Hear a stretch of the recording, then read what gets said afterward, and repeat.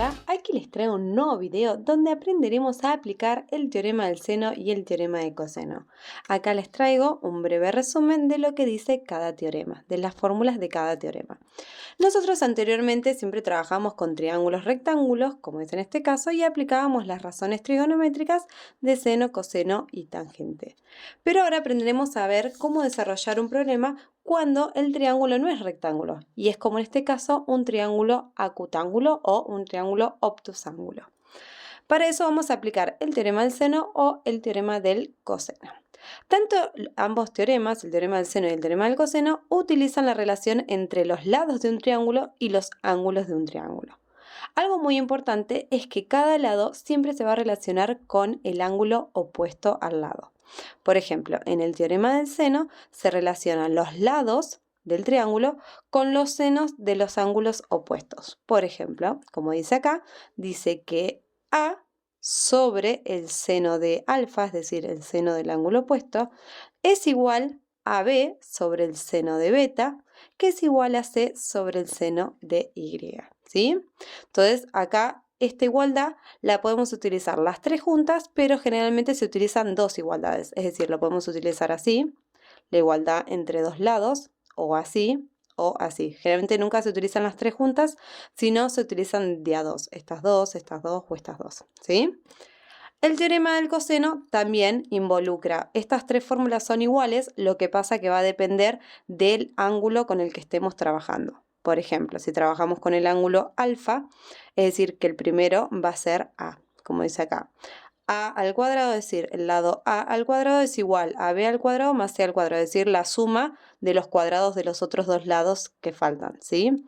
Menos 2 por la multiplicación de esos lados por el coseno de alfa, es decir, que este ángulo siempre se va a relacionar con el lado que está delante del todo, ¿sí? ¿No ven? Alfa con A, beta con B, Y con C. Es decir, no es que son tres fórmulas diferentes, sino que es la misma fórmula que va a depender del ángulo con el que estemos trabajando. Igual ahora yo voy a explicar bien cómo se aplica, cómo se utiliza y cómo me doy cuenta si utilizar el teorema del seno o el teorema del coseno. Veamos, yo acá les puse una breve descripción para que ustedes se den cuenta si tienen que usar el teorema del seno o el teorema del coseno. El teorema del seno se aplica cuando se involucran dos ángulos y dos lados. Y el teorema del coseno cuando se involucran tres lados y un ángulo. Entonces vamos a ver qué significa esto con este ejemplo que yo les traigo acá. Les voy a enseñar a cómo darse cuenta si tenemos que usar el teorema del seno o el teorema del coseno. Cabe aclarar que este es el primer video de varios que voy a estar filmando, ¿sí? Así que si no les sale la primera, vamos a ir viendo más ejemplos. Vamos a ver cómo darme cuenta si tengo que utilizar este teorema o este y en base a cuando me dé cuenta cómo aplicarlo, ¿no? También. Por ejemplo, yo quiero calcular el valor, por ejemplo, de x. Tengo que encontrar x, y, pero bueno, nos vamos a centrar de a uno. Por ejemplo, quiero calcular el valor de este lado. Bien, entonces, esto es un lado. Tengo como dato el 58, que también es un lado, así que hasta ahora tengo lado y lado, porque el que estoy buscando es un lado y el dato que tengo es un lado. Hasta ahora tengo dos lados. También me da como dato que 57 grados, que es un ángulo, y 63 grados, que también es un ángulo. Entonces, veamos, yo tengo este lado, tengo el ángulo opuesto, perfecto. Tengo este lado y el ángulo opuesto, perfecto. Es decir que tengo dos lados y, dos lados y dos ángulos. Entonces, como tengo dos ángulos y dos lados, siempre incluimos el que tenemos que buscar claramente. ¿Sí? Siempre son tres datos que me da el ejercicio más uno que tengo que buscar y ahí se forma la relación. Como tengo dos lados y dos ángulos, vamos a utilizar el teorema del seno, ¿sí? El teorema del coseno se utiliza cuando solamente tenemos un ángulo y tres lados. Entonces, en este caso, como son dos ángulos y dos lados, vamos a utilizar el teorema del seno. Bien, vamos a ver cómo aplicar el teorema del seno. Muy bien. Veamos, dice que vamos a utilizar, como siempre digo, dos de estos. Por ejemplo, dos lados y dos ángulos, ¿sí? Entonces, es el lado sobre el seno del ángulo opuesto. Entonces, primero, como yo tengo que buscar x, vamos a empezar con este lado.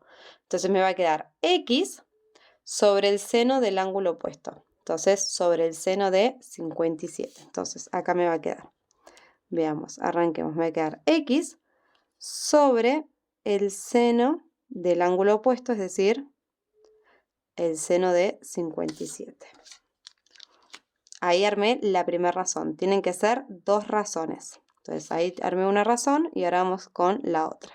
Puede ser cualquiera de los otros dos lados que quedan. Entonces yo elegí esta razón y vamos a elegir esta que es justamente la que tenemos, ¿sí? El lado de 58 centímetros sobre el seno de 63. Entonces 58 sobre el seno de 63 grados.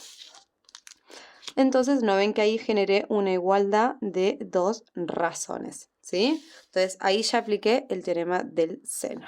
Lo voy a dejar a un costado, así no molesta. Entonces, ¿cómo resolvemos esto?